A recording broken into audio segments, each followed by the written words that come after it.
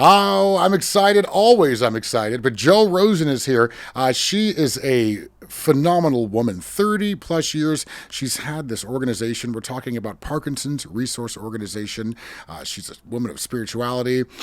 Lots to cover. As always, here at Do Your Part. Get ready. Everything is fueled from me wanting to be a better person on earth. It's time to do your part. I don't want you to dream, I want you to do. Tap into the conversation.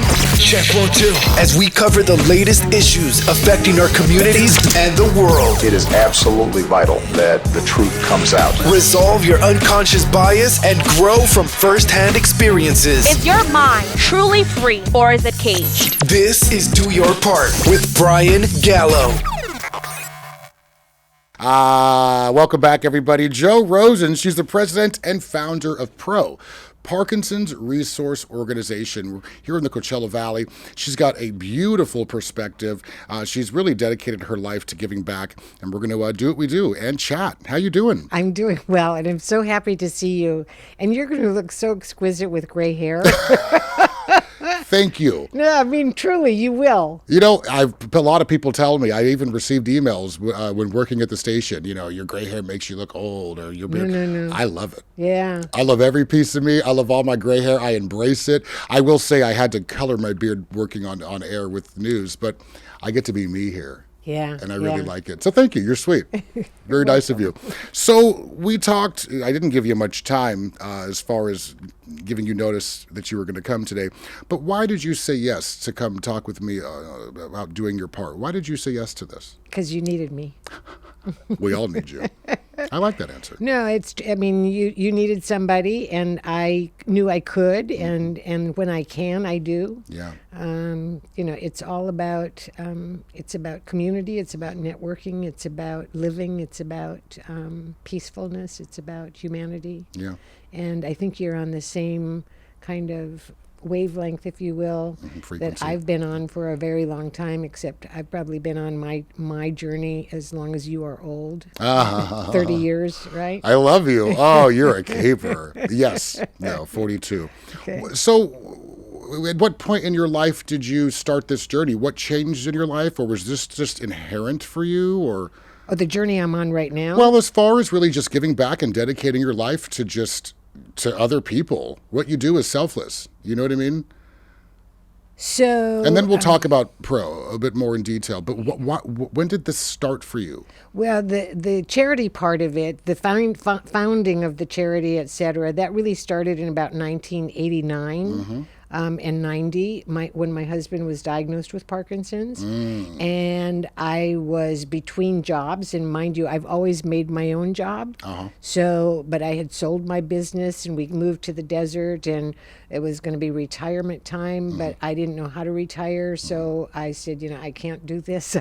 I'm bored. I need something to do. And so I said to Alan, I either have to start a new business or I have to start a charity. And he said, why don't you start a charity so you don't have to work so hard? And I'm laughing with you. And he had no idea. I'm laughing with you. But yeah, so that's not where my selflessness, if you will, started, because even back before that, when I started my own business in West Los Angeles, it was about helping the underdog.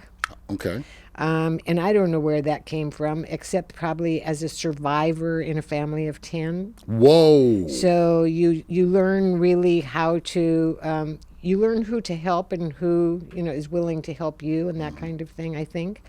And growing up on a farm where you learn how survival is it. Let's do that. Let's take that turn. Tell us a bit about your upbringing, where you were raised. Paint us a picture. Family of 10. You got a lot packed in there. Thank you for not saying where did you grow up, because my answer to that is I never did. So she's a kid at heart. Everybody. Yeah. So, but no, I was born in Minnesota, and I was number 7 of 10. Wow. And yes, and so that's kind of a very interesting place to be in a family that is a really big Catholic family, and the traditions and the ideals and ideologies that come from that. So in number 7, you kind of, I think, become a rebel. Everybody before me really took some structure and did certain things. For instance, everybody in my family plays a musical instrument except me. Got it. And I decided I would do mine with voice. Excuse me. So I used to sing, and then I don't anymore. I'm sure you do, just maybe not in public. That's yes. I mean, that takes practice, and I'm not practicing. So I know that we learned such tremendously good basics on survival in that area of my life and in my time. I'm forever grateful for whatever my parents taught me, even though they did the very best they could, and even though they could never, I don't think they could have lived in today's society. Why? Because just, again, their upbringing and the things that they learned. So each one of us, as we grow, as you grow, you go out and you teach something different. So we all kind of teach. At least in the old days, it was more about what they taught what they knew. And they stopped growing at a certain point. So if you got through high school or through 2 years of college or wherever you were, and then you taught that. Yeah, that'll pick up. So You're yeah, right. go ahead. So I just, it just would be amazing for me to think of what they would think of in today's world with a pandemic. They were through tough times, but they didn't even get the 1919 stuff because they were born. Well, let me see. Dad was born in 2010 and Mom in 1910, 1911. So if they got, whatever they got, they were very young. But we had pandemics and we had a lot of things going on then. I remember stories about them talking about, in those days, we had WPAs, and those were people who were kind of homeless, etc., because of the war. Oh, wow. And so how my parents would take them in, they would take a family in and feed them and clothe them and get them to schools and teach them how to do farming and that kind of thing. So you saw this at a young age. I'm part of the fiber of who you are. We all helped everybody. So we helped ourselves in our nuclei of the 10, we all had to help each other to grow up or not, or to survive and to do. And but my parents were very giving in the sense that when I think about it today as to what their part was, what did they do? They helped the WPAs. They brought people. So my background nationality is Polish and Bohemian, and so my parents brought some people from Poland that came over. Immigrants that came over, couldn't speak the language, couldn't speak the English language, but they could speak Polish and they could speak Bohemian, so they could talk to these people. Did they help them once they were here, or did they help them get here from Europe? I'm pretty sure they helped them once they got here. Okay. I think that's how the program was, that the program had all of these immigrants, and then each family was able to kind of foster a family or foster whoever. Were other neighbors doing this? Were other people in your community helping WPAs? Pretty sure, but I was about too young to know too much about this. I just remember the stories. I wouldn't be able to tell you who we had or how many or that kind of thing. I just know we did that. So I've never heard of this. Yes, that's the kind of thing that my parents did. So I think we're all taught at a very early age how to support others, to participate where we could, to give back to the world because we got. We had, and I'm just extremely grateful. So that was. You really are, because I think that's really probably the most important thing I'm hearing from your story is that from a very young age, it was just something that was part of what you knew, helping other people. Yes. Humanity. Yes. It takes a village, whatever adage you want to use. Yes. It's very different from today's world. That's probably in part why you say your parents wouldn't want to be here. Well, A lot of yes. selfish people living now. Yeah. I kind of stay away from that myself, meaning I don't even go out into a world where much of that happens if I can avoid it, because the negativity that's going on today, first I have to worry about my own mental health, and I'm really very cognizant of what's kind of going on in the world, but I'm as careful as can be not to take in information that doesn't belong to me or that I can't do anything about, or that may or may not be true, or that, I'm just yes, my own mental health is really important to me, and so with the negativity that happens in the world today, I really try to stay away from it. You know, I have a tendency to jump all over the place. Listeners know that, but I'm pretty good about circling back to things. You preserving and protecting your mental health. How do you do that? What are some things and practices that you may use that are doing just that? One of them is not listening or to negative stuff, right? Well, and the other thing I think, and it's really important to anybody, it's why I wake up in the morning. I think I'm always on purpose. You know, I have a real reason to get up in the morning. I have a purpose in my life. And I think that most people may or may not have that purpose, and therefore they get involved in negativity and other things. But when you have a purpose, when you really have a function to do something, I have thousands of people that depend on me today. And I think 30 years ago when I started this, I knew that there were thousands of people that needed help. And so how could I do that? And what was their need, and what niche could I do? And so I gravitated to that. But I have purpose every day in my life, so I do that for my mental health. I also do things that keep me physically healthy. So I get up and exercise. I don't like it, but I do it. And I eat as healthy as I possibly can. If anybody that's at my age, if they've been unscathed by health issues, then good for them. But I happen to have had a few of my own. So I now just really pay attention to me and protect myself because I'm important. Yeah.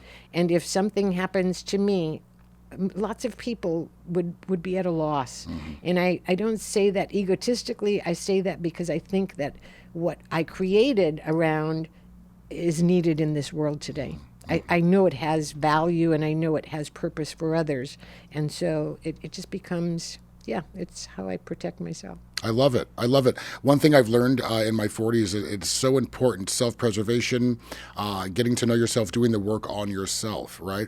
And there's purpose just in that. I don't have kids. I think the I don't kids either. You don't? No. Oh, wow. And that's weird. I shouldn't make the assumption that because you're a woman, you have kids. That's another conversation. Yes, it is. I know. Shame on me. Shame on me. No, because we're going to get into those assumptions, I think, today. Okay. Perfect. Perfect. I'd like to. But finding purpose and whatever that might look like. So for me, the groundwork began with me doing the work with me, therapy, meditating, reading, what's going to empower me. And that started to give me purpose. And now, you know, the building blocks have began. The road is now open. And this is giving me purpose. And can you imagine 30 years from now where you'll be with your Wish your me luck, purpose? baby. I'll tell you, it changes. I'm excited. It is. It's. You know, if you pay attention to the phases that we go through. Now at 40, you kind of have to go back and you say, oh, at 25, and that was a phase. Yeah. And what was the world like when you were 25? Wow, much easier. It was easy. Wow, I don't want to say much easier because now I just sound like I'm talking, eons ago. It was easier for you then because maybe you weren't even aware of the things that were going on. And ignorance is bliss. Good point. As we age, at least there should be some sagefulness that happens along with it. So if we're on purpose and we're into self-respect and protecting ourselves, we're also learning things. We're learning how people respond, how people react to different things, and so. I like that because you're right. I've changed so much since I was 25. My attitude, my perspective, and even as embarrassing as this is to admit, I'm more aware of prejudice and racism now as I get older. I think as when I was younger, I had a different perspective. So I was like, oh, it's there, but now it's, granted we live in different times, but as I get older, I become more aware. Ignorance, you don't get to indulge in ignorance as you get older because you just learn more.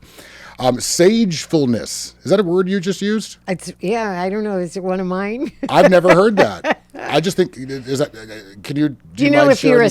you're a sage, then you're a knowledgeable person and you share that knowledge. And so you're filled with sagefulness. It's all about learning. That's the word I'm taking away from today, as well as a lot. I've got a lot to take away already just from the conversation we've had thus far. I would like to circle back to Minnesota. So pick up where you left off. You were talking about WPAs, you kind of learning that volunteerism is really important as a kid. So tell us a bit more about your upbringing and what came next. Well, so sharing obviously was very important, and sharing started, first in the family. So sharing that we weren't always excited to be doing. For instance, hand-me-down clothes wasn't really the most exciting thing in the world when, you know, your sisters and your sister before that and your sister before that wore it, and you think, or your aunt gave it to you because with 10 kids you were considered a poor family, kind of, you know, I mean, we didn't have a lot of money. So, Right. but we learned how to share, liking it or not. I mean, our value system was really, in retrospect, in looking at it today, compared to looking at it when I was 17, when I knew everything there was to know about the world. Didn't you know everything at 17? Duh. Are you kidding? I really, no, listen, I really believed it. Any of my friends know that. They're like, yeah, I really had firmly believed it. Yeah. I felt that I was way wise beyond my years, several past lives, and I could solve anything. I still kind of think that, but I've learned that a wise man knows he doesn't know a thing. Yeah. So I want to ask you this. This is a very direct question, and I want to introduce race and prejudice to this conversation to some degree to understand a bit more about how you saw it, if at all you did. Were there people of color in where you were raised? No. Wow. Not one black family. So I think I was 9 years old the first time I saw a black person. Whoa. Okay. Yeah. And it was, so every year at school time, before going back to school, we would go to the neighboring town, much bigger than where we lived, and we got our school clothes. And and it was a very interesting thing. And so this was my first introduction to race, perhaps racism. And it was amazing to me because, I tell this story, I've told it so many times. So at about the same time as I guess I was 9 years old, I also had a brother who was in the Korean War. So I don't know if I was 9 or if I was 12. I think it was 9. Anyway, so we had a couple of things that came back to us about negativity that would have for other species. If you that species is the wrong word for other race ethnicities or races, and so we're talking about Vietnamese or Korean specifically. Right? Yeah. And so that was that at that particular point in time. Of course, the news was all about these bad people, the Koreans, and so you automatically picked up on what you should not like because they were Koreans and they were against us as a country. Yeah, I get it. So so we just went through it with 9/11, and go ahead. So that was bad. But then seeing the first black couple, we were in St. Cloud, which is where we went to get our school clothes, and Mother said I think there were probably 5 of us at the time that were in going on this shopping trip, and Mother said, so stand against the wall, and there were stores there, and stand against the window and look to the street. What the heck is this about? So she said, do what I say, because that was Mom. So we stood, with our backs to the window and looking out the street, and she just be still. So we were. And then, a little while later, she said, okay, let's go. And so we said, what was that all about? And she says, well, that black family that just walked by. You have to be very careful of black people. Now, I don't know where that came from. I don't know why she said it. I don't know what her experience was with it. I haven't got a clue, even to this day. But that was the first time that I ever was introduced to a family or a situation different than our so-called white people. Yeah. And with that introduction... But that wasn't the first time that prejudice or that bullying or any of that came across. That just happened to be one area of our life that we remembered.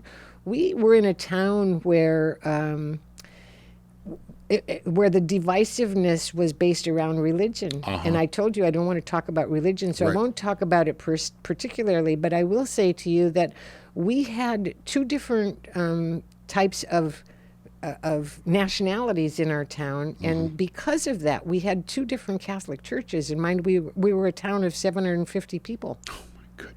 But we had these 2 churches because one was the Polish church and one was the German church, and those 2 didn't really get along. I still to this day don't exactly know what, I mean, I'm not a history buff, so I can't tell you why that was so.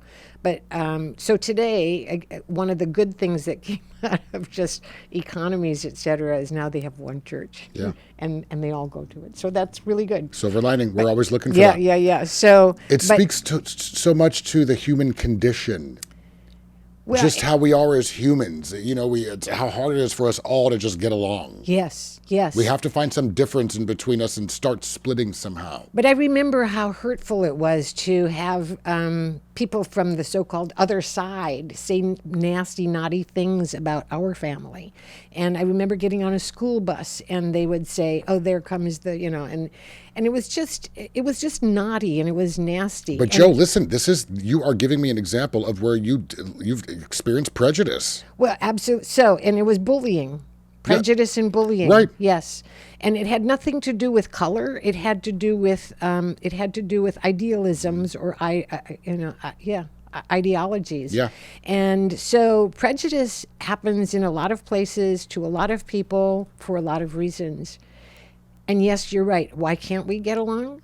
Hard to know. Well, apparently it's not within our DNA as far as Homo sapiens. I mean, I don't know. I was not around at the beginning of time, but I think that we've always had issues with other groups, even ones that look alike. Well, and I think, there are always power struggles. Yeah. So it's like bigger, better, best, or more money or less money, or, poor or rich, or black or white, or all of that. I mean, it's so we've created these tiers in our life, if you will, of what is good, what is the same as, and what is better than. And instead of just looking at all the things that we have that are in common, the commonality.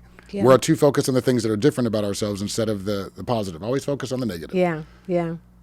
So so I know what it felt like. I know what it feels like. Yeah, and that's a real example of you being experiencing prejudice. Now you call it bullying. It's interesting because it is, but I mean, do you say bullying because it was by one person or one group all the time?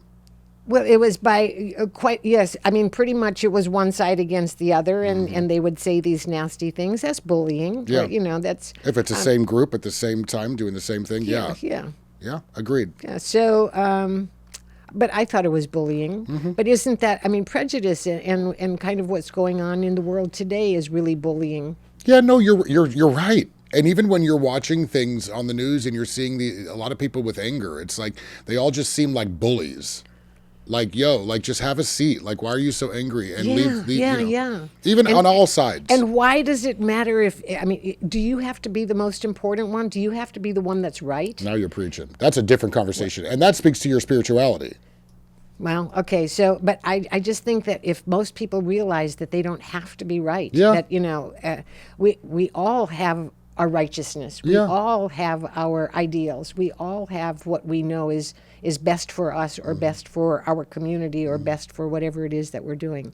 I say spirituality because we don't always have to be right. There's something about being able to listen, keep your mouth shut, listen, and be humbled by that, right? Yes. And with that comes work. You have to be able to be patient to be able to do that. Yes. I know I'm able to do that because of the work I've been doing, and maybe spirituality was a sweeping statement, but I think it contributes. I think spirituality is really, so I had to work through a whole lot of things as I went through my stages of my life, and so I had to come to some decisions. With my own religion that I was raised with where I went after that.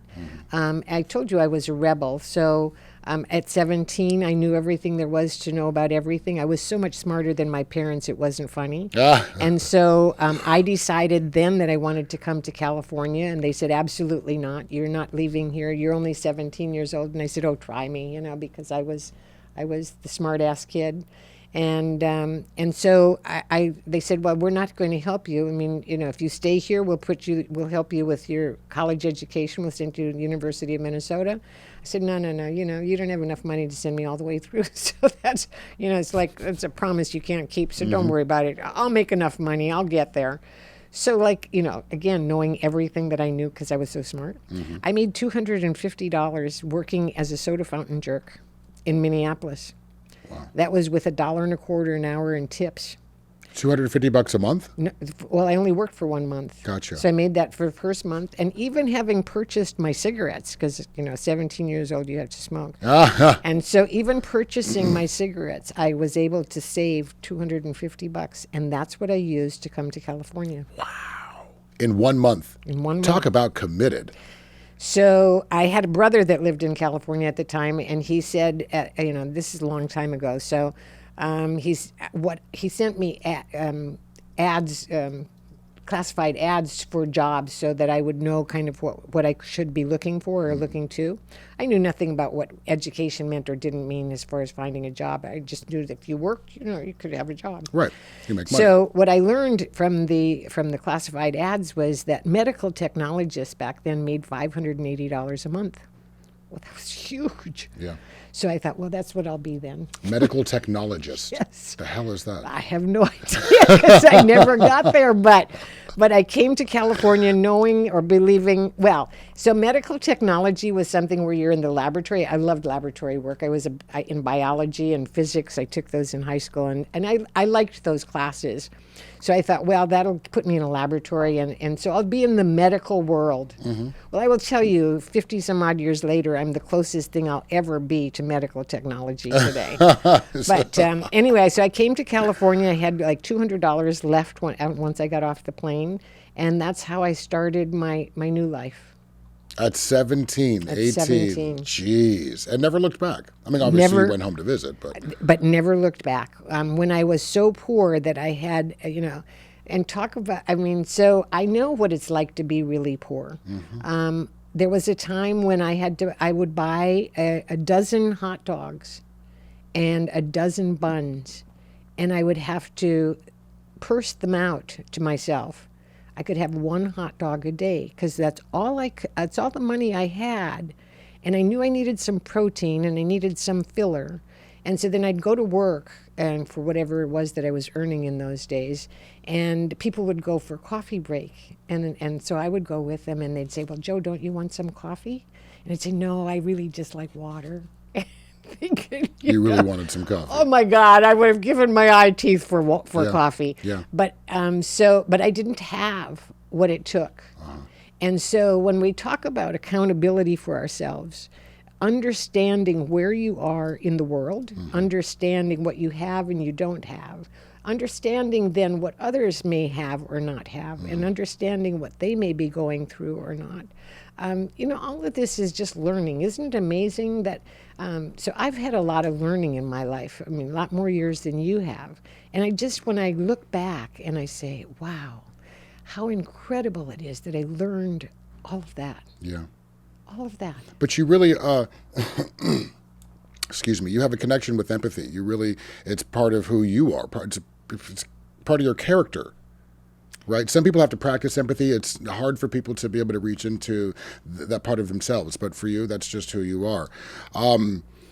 This is really, really fascinating. And so at some point, I want to continue to delve into spirituality. We don't have to jump into that right now. But if you'd like to, tell us a bit about your spiritual journey.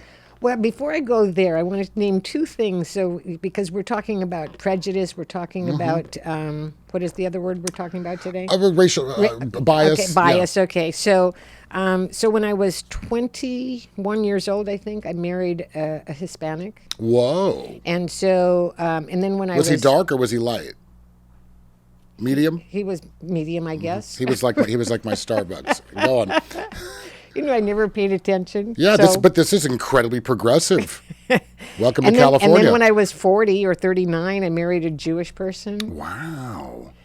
And so, it's just kind of amazing because both of those, so just to tell you how the world perceives those kinds of things. So when I was married to a Hispanic, and my name was obviously Hispanic, and people would say, you don't look Mexican. Like, oh my God, because the names, and then having my current name is like, so you're Jewish, and mm-hmm. Again, perception. And I think what's kind of wrong with what goes on today or any day is how people perceive others and what's in a name. I can tell you what's in a name. It's a lot of things. It's to a lot of people. Mm-hmm. And it's different to each person too. Mm-hmm. So sometimes I will say to people, before I was Jewish, I was Mexican. And before I was Mexican, I was Polish. So, you're really messing with their head right there. But I just wanted to bring that up because I think that a whole lot of what we're dealing with today is perception. Yeah. And then how we respond to perception. So how do we change people's perception? We become spiritual. Isn't that where you wanted to go? Well, I mean... Well, I really think that we do because... It's perfect you setup. know, I will say to you that, yeah, you know, I have a universal place that I go when I talk and when I pray or whatever words you want to use for that. And I speak to a deity that I will call God. And I believe that God created all of us. Whosever belief is that way, that's terrific. And if it's not, that's okay too. But I always wonder, you know, what are the lessons that we get from the creations that God has made? Such as? Well, Down syndrome. You know, why would God make somebody a Down syndrome baby? Why would God make somebody black or brown or with eyes that are different? They're not round. Why would he do that? Or blind. Why would she do that? Yeah. Whoever God is. Love So, okay. So, and then you look at that and you say, well, and maybe what's happening today is one of those lessons that we're supposed to learn. Maybe this pandemic is part of what we're supposed to learn in how to accept what God made and work with it. And find the beauty in it. Yeah. Find the peacefulness, find the purpose. Everybody has a purpose. Everybody has a reason. Yeah. And something to offer and something beautiful. Yeah. And if we run over it, we'll never get it again. And if we don't look for it, you're never going to see it. And so maybe today is about stopping, looking inside, looking around, and paying particular attention to what we have in the world and protecting it. Because we're it. We are truly it. We were put here to do that. Or to die. So as long as we're alive, let's just work on making it the best place we can. And we're done. Just kidding. That is the stuff that we're looking for right there, Joe. That's that powerful stuff that I want to continue to talk about. So as we realize that that's part of the solution... The tears are there, but I'll get through this. No, I know, and I want the tears. Because listen, this is so.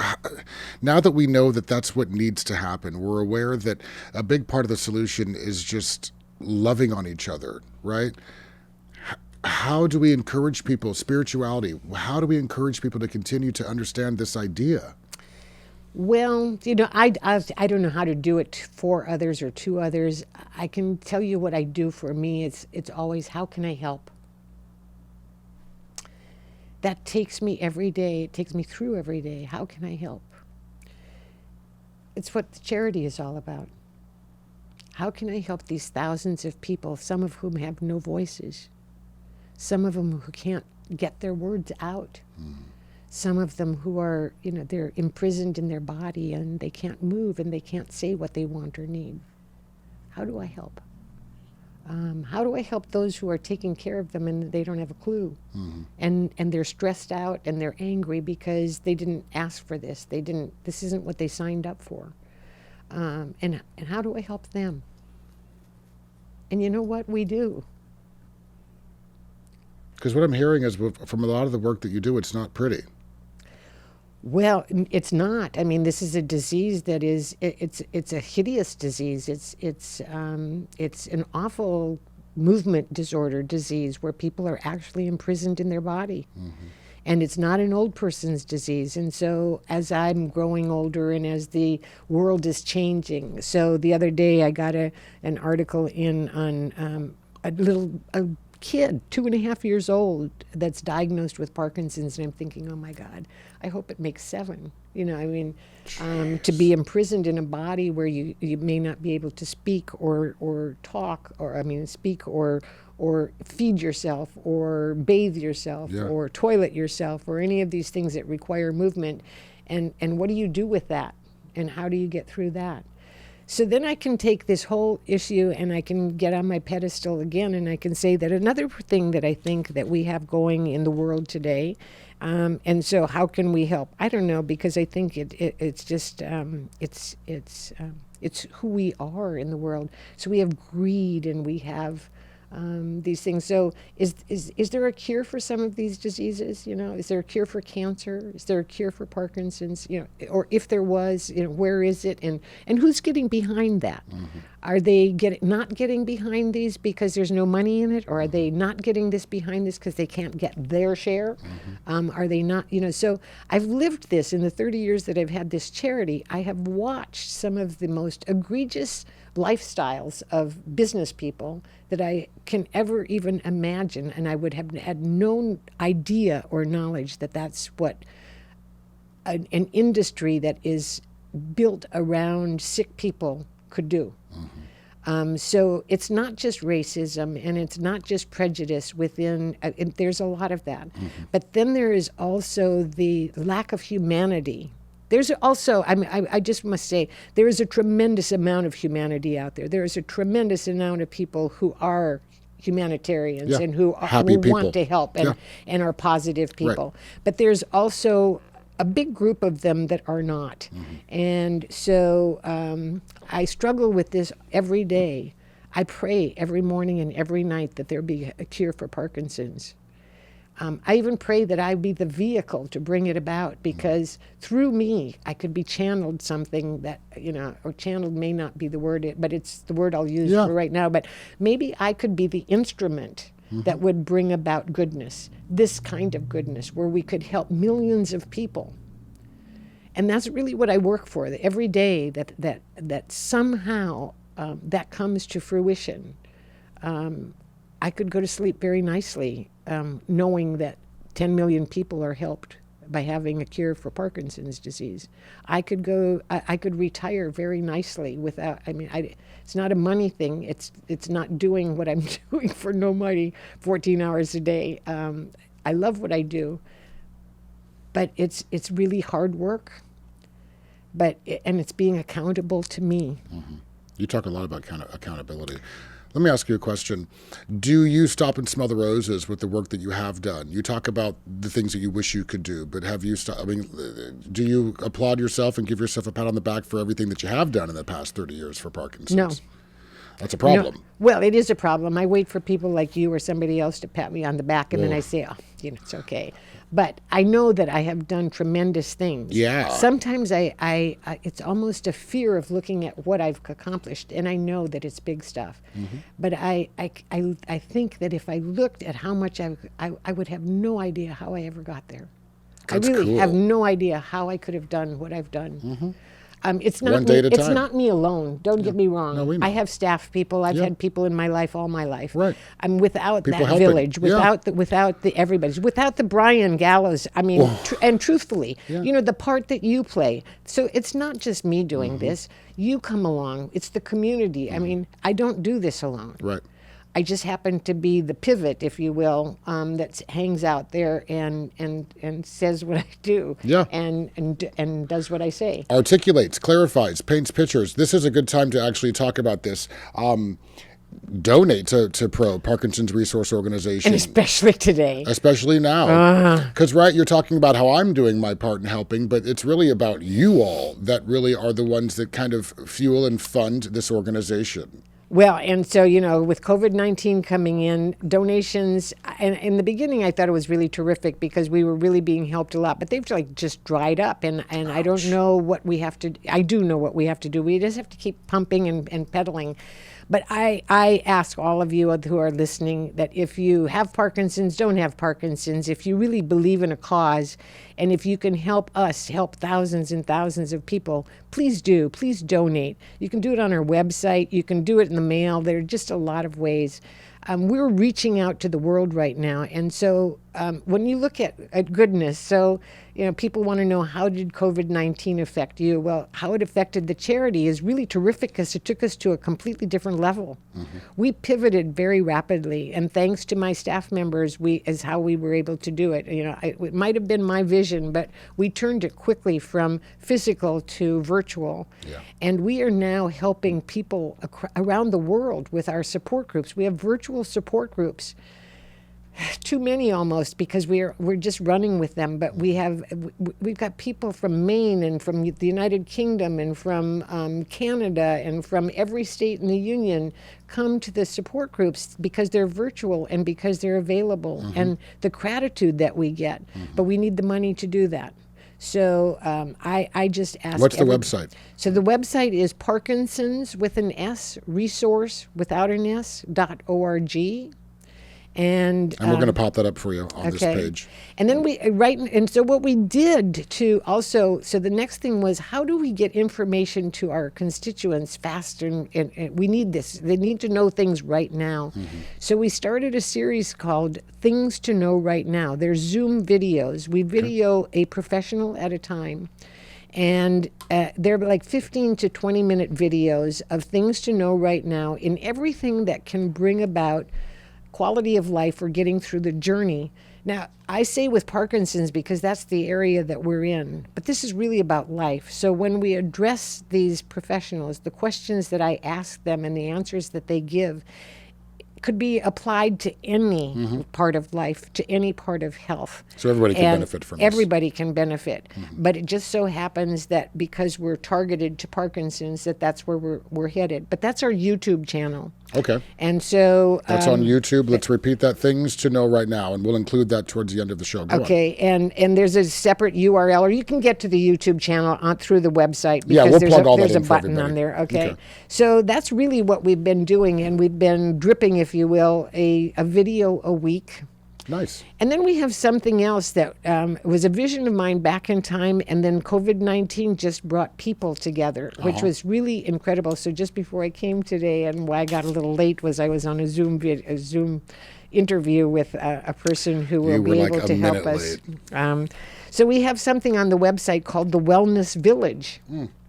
And the Wellness Village is a virtual, vetted, video-driven resource directory.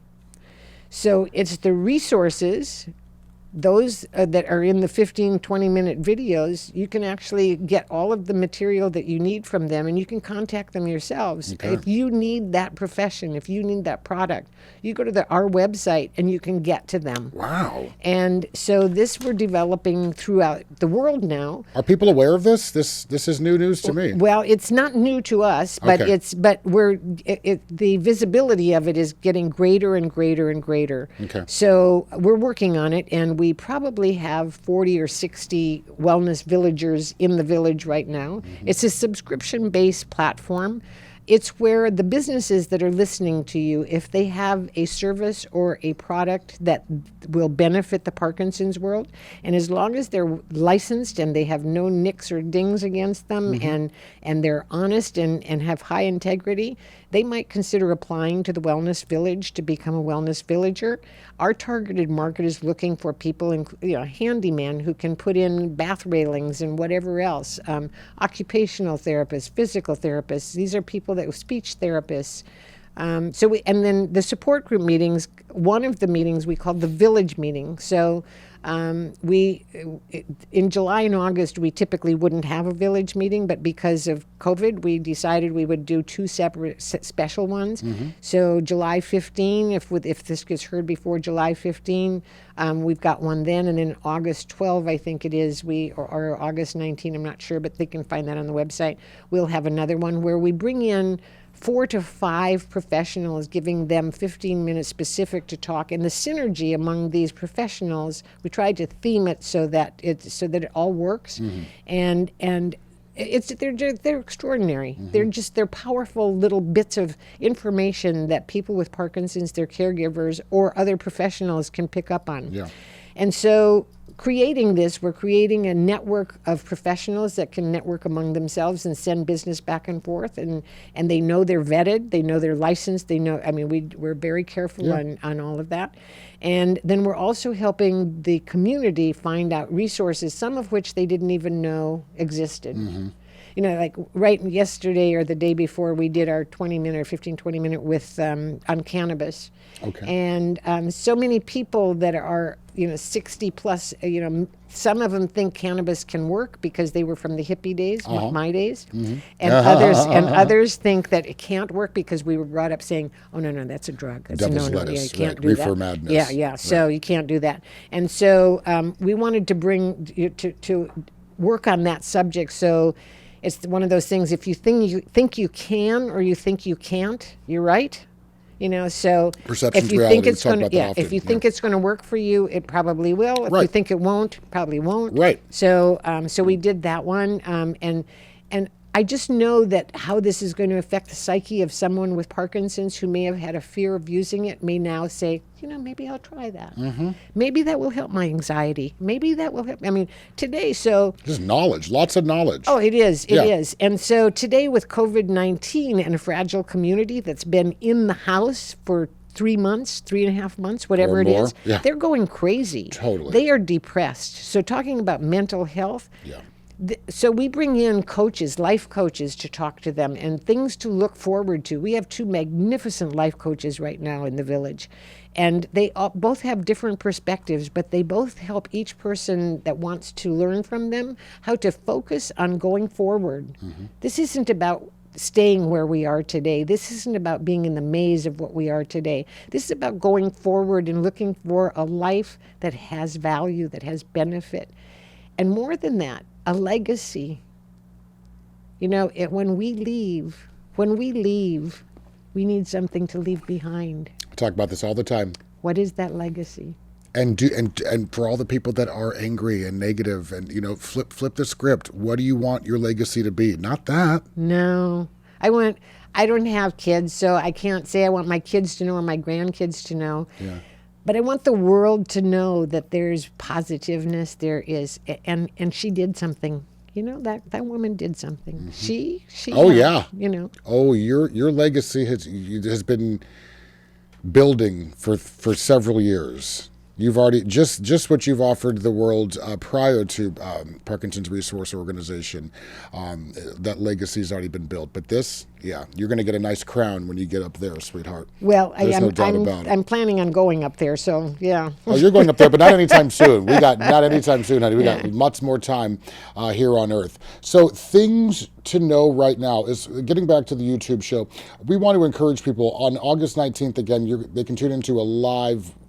It's a live Zoom, yeah. Okay. Yeah. Now tell me this, as far as the YouTube show, we want to also encourage people to watch these past shows. Oh, yes. All right. Yes. All right. So again, we'll pop up that information for you. I'm going to, wow, cannabis. I would never imagine that word coming out of your mouth. Oh, but you see, I mean, it's not only medicinal, but it is a nutritional supplement. And the time where I really got to know or understand that was when I had my own colon cancer. Oh, and wow. and my nutritionist said she would like to see me add to my consumption of medicinal or alternatives or whatever to my food supply, if you will. She wanted me to add she didn't call it medical marijuana. She said, I'd like you to try Rick Simpson oil. Rick Simpson oil happens to be a cannabis paste, if you will, or oil that was created specifically for cancer patients by a man who did it for his wife, and he gave it free to anybody who wanted it. And then before he passed away, he put it on his website to stay there ad infinitum, the recipe on how he created Rick Simpson oil.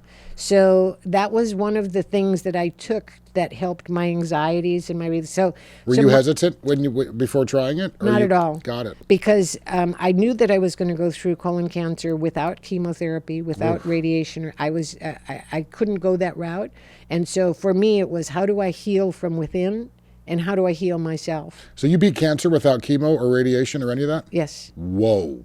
No, it's a whoa, but it's about. It's about tenacity. It's about willpower. It's about not standing in your own way. It's about being accountable for yourself. I know I keep using that word, and I've got it here because we're talking about that in a minute. So it's really about taking care of yourself, and how do you do that to the best of your ability? It's through knowledge. Knowledge is power, and so. But wanting to put yourself first, wanting to take the time to do the work on you. I'm sorry, say that again? Just again, kind of having to want to put yourself first. Absolutely. Doing Absolutely. a little bit of work. Yes, yes. So I surrounded myself with very positive people. I took to the hospital with me an advocate. I told her what I wanted or needed, and gave her my power of attorney for healthcare, so that if I was under, because I had surgery, but if I didn't know who or what I was doing, that she would make those decisions for me. So she followed with me all the way through this thing. And about the fourth oncologist that we had to meet, because one doctor would say, you have to have chemo. And I said, I'm not doing that. I'm just not doing that. And they said, and at the end of all of this, she finally said, well, she said, Joe, maybe you should listen. Maybe you should do chemo. I said, just not going there. I'm going to do my nutrition. I'm going to do my meditation. I'm going to keep my spirituality. I'm going to do my exercises. I'm going to reduce my stress. That's a big one. And I'm going to stay off the road, because I used to do 500 miles a week traveling in the car. And I'm going to stop the sedentary, and I'm going to be well. Yeah, and make this my new job to tackle this. Exactly. And so what that also did for me, which is another miracle, if you will, was it gave me something to say to people who were saying, oh, I can't do this. I don't know. And then if I can do it, you can do it. Mine isn't Parkinson's. Mine was cancer. But if you put your mind to doing these things, you can do any of that. You can do all of that. And what's important is that you create that mindset and then do it. And I'm not there to, I'll help in every way I can. And if you need a phone call a week, you tell me, and I'll put that on my calendar, and I'll get you a phone call a week to just your support, your atta-girl or your atta-boy stuff. If you need that, you call me and I'll give you that. Yeah. But I need you to go forward. And they do. I have a weird question, and I don't want to offend anybody, especially you, but was it a blessing in disguise? Like, because you learned so much about yourself and you had to do so much self-exploration while dealing with cancer and beating cancer. Was it a blessing in disguise? Like, did that thrust you into another plane of self-evolution? Does that make sense? Yeah, it does. I'm not sure. I don't know. It's interesting. I'm grateful that you asked that question, because certainly what it brought about was gratitude. And, gratitude is something that we should live with every day. Yeah. But yes, it gave me not only a new resolve, but it gave me an opportunity to teach. And I think that's what I do most of my day, is teach. I teach others how to help themselves, and I'm putting the plan in front of them in essence. But yes, I think we're all given these things for a reason. I think today is happening for a reason, but I think that was happening to me back then for a reason. Yeah. And that I am who I am today, and I'm doing what I am doing today differently and maybe more diligently than I might have 5 years ago. And with more purpose than 5 years ago, right? Yeah, yeah. Gives you a little bit of self-reflection, a lot of self-reflection. Yeah. Because at the end of the day, all we have is ourselves. You know what? It's true. Yeah. Yeah. So we got to be always prioritizing. Well, I have you. You do, and you will always have me, especially after saving my butt being here today, girl. Let's talk about accountability. This is we talked about this word last night. You've mentioned it several times today. What is it? The importance of that word, and what does it mean to you? Well, it has to do with integrity, and it has to do with honesty, and it has to do with a lifestyle, a purposeful lifestyle. But when I say integrity and honesty, I don't think you can have high integrity if you're not accountable to yourself or to anyone else. I think honesty is about being accountable too for what you say, what you do. And I think, for instance, when you get up and go to work, you need to be accountable to the job. You need to be accountable to those who are depending on you. In our case, in the charity, there are thousands of people that depend on us. But if you were an employee in my office, you have to be accountable to me, to the other staff, to the volunteers, because we need to all get along. And we can do that when we're honest, when we have high integrity, and when we're not working under a different perception. Yeah. Yeah, I'm so grateful that I have what I have within me. I'm so grateful that I have the job that I created. But as I said to you, I've created all my jobs. Boys, Note to self: you got to create your own reality. I once worked for Manifest people. your destiny. Yeah, so I was 26, 27 when I started my own business because I couldn't. I needed to be in charge of my own destiny. Yeah. And it just seemed that others could fire me or they could tell me what to do, and if I liked it or didn't like it, so I started my own business. Another place where I worked for the downtrodden, meaning I had a financial management business, and all of my people that I helped were people who had gotten themselves in financial ruin. Right. And I pulled them out, turned them around, and got them going again. It was like the underdog thing, and so I guess that's part of my DNA. Just help others, and there I made money, and I made really good money, which was really nice. But yeah. But you're also a producer. You're the creative side of you. You're such as Parkinsons Resource Organization. It's like you make things, you create.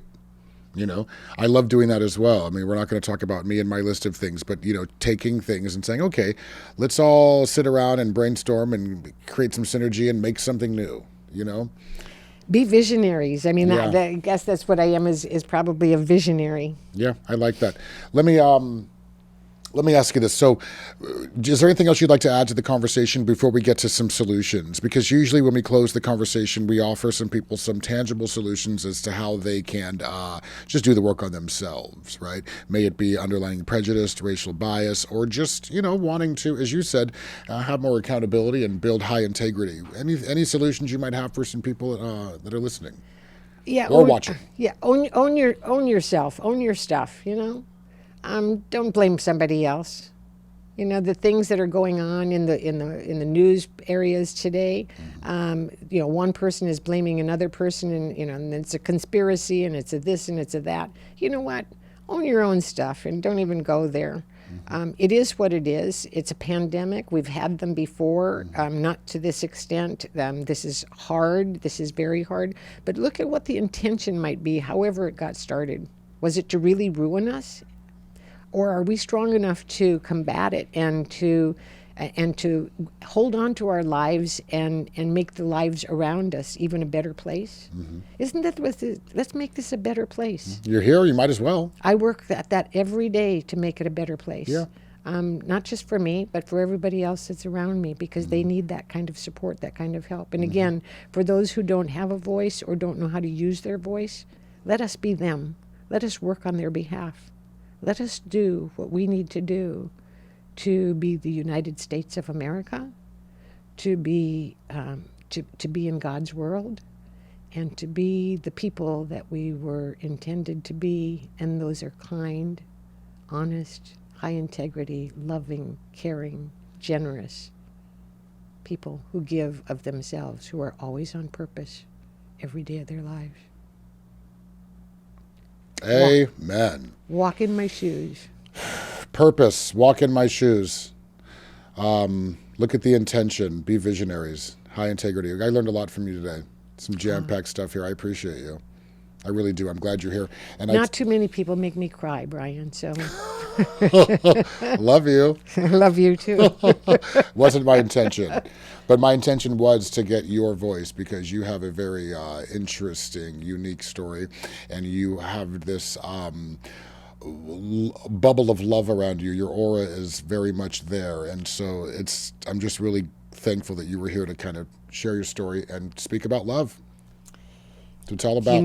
It's what we need. It's what we don't even have to work at it, really. I mean, if we work to get it. Yeah. But it doesn't cost us to love. And it feels so good. It does. Feels so good. It does. And the more you get addicted to it. Yeah. So those of you that don't know It's actually it, free. it's actually free. It's free. Some do pay for it, but that's not really Yeah. love. No, I'm just kidding. No, we're not talking sex. We're talking love.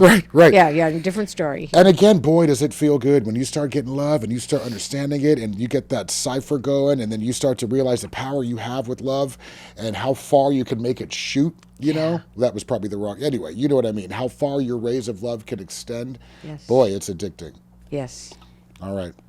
Appreciate you. You're welcome. Thank you. And thank you all for listening and tuning in to Do Your Part. As always, we appreciate you. We love you, love on each other, and we will talk soon. I am absolutely confident that you continue to do your part. Thank you for listening to another episode of Do Your Part. I work at staying awake. Don't forget to like, subscribe, and comment. Stay connected with Brian Gallo through social media at Do Your Part Podcast or visit doyourpartpodcast.com.